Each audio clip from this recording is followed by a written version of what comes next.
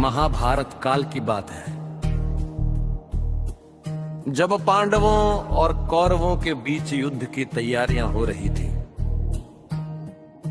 तब एक महान वीर धरती पर जन्म ले चुका था, बर्बरीक। बर्बरीक माता मोरवी और महावीर घटोत्कच के पुत्र थे। घटोत्कच स्वयं भीम के पुत्र थे। इस प्रकार बर्बरीक भीम के पौत्र थे। जन्म से ही बर्बरीक में अद्भुत शक्ति और वीरता के लक्षण दिखाई देने लगे थे। बर्बरीक ने बचपन से ही कठोर तपस्या की। उसने भगवान शिव की घोर आराधना की और अपनी भक्ति से उन्हें प्रसन्न कर लिया। भगवान शिव ने उसे 3 अमोघ बाण प्रदान किए। ये बाण इतने शक्तिशाली थे कि बर्बरीक अकेले ही पूरे युद्ध का रुख बदल सकता था।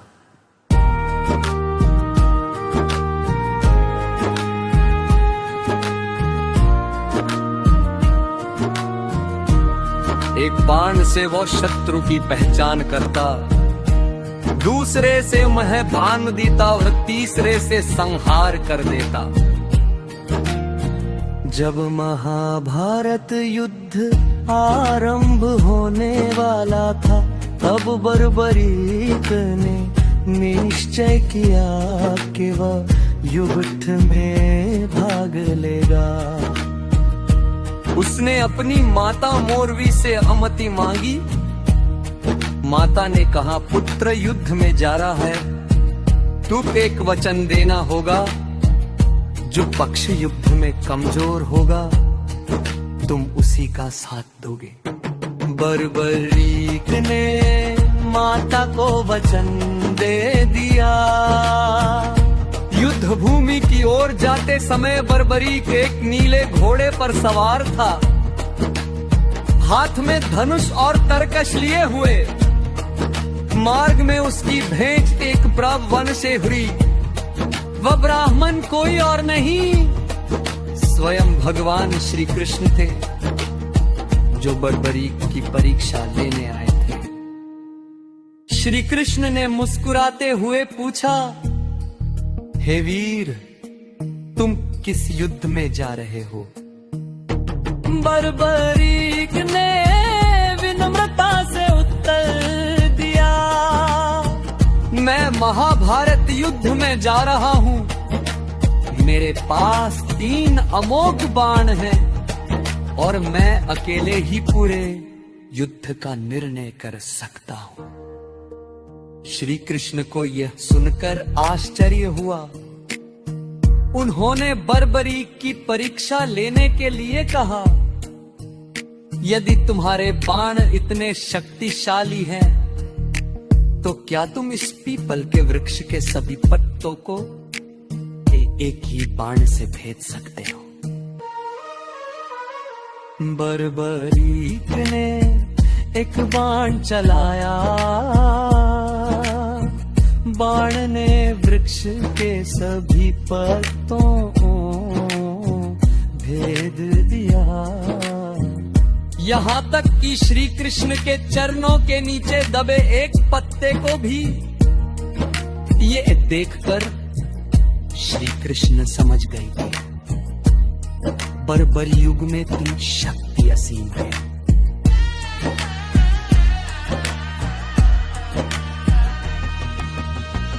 तब श्री कृष्ण ने उससे पूछा, तुम युद्ध में किसका साथ दोगे? बर्बरीक ने अपनी माता का वचन बताते हुए कहा कि वह कमजोर पक्ष का साथ देगा। श्री कृष्ण चिंतित हो गए।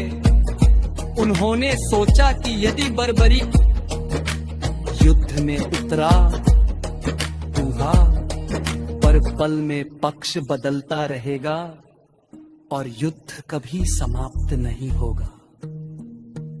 धर्म और अधर्म का निर्णय संभव नहीं रहेगा। तब श्री कृष्ण ने अपने वास्तविक स्वरूप में प्रकट होकर बर्बरीक से कहा, हे वीर, धर्म की रक्षा के लिए तुम्हें अपना सर्वस्व दान करना होगा। मुझे तुम्हारा शीश चाहिए।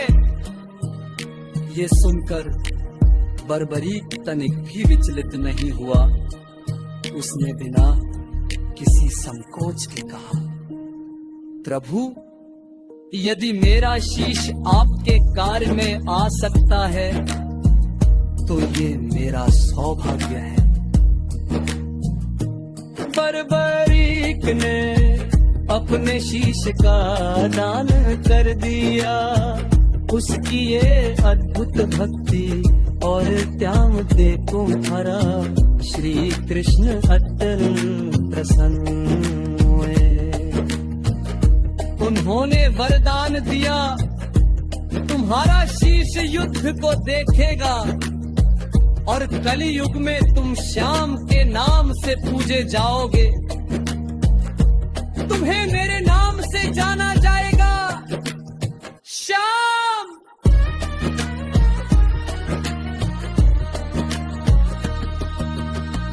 बर्बरीक का शीश युद्ध भूमि में एक ऊंचे स्थान पर स्थापित किया गया, जहां से उसने पूरे महाभारत युद्ध को देखा। युद्ध के बाद पांडवों ने विजय का श्रेय स्वयं को दिया। श्री कृष्ण ने बर्बरीक के शीश से पूछा कि युद्ध वास्तव में किसने जीता। शीश ने कहा, मैंने देखा कि युद्ध में हर जगह सुदर्शन चक्र घूम रहा था। ये युद्ध केवल श्री कृष्ण ने नहीं जीता।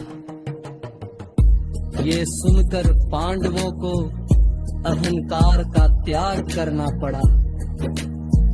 कलियुग में बर्बरीक का शीश राजस्थान के सीकर जिले में खत खातू नामक स्थान पर प्रकट पड़ा।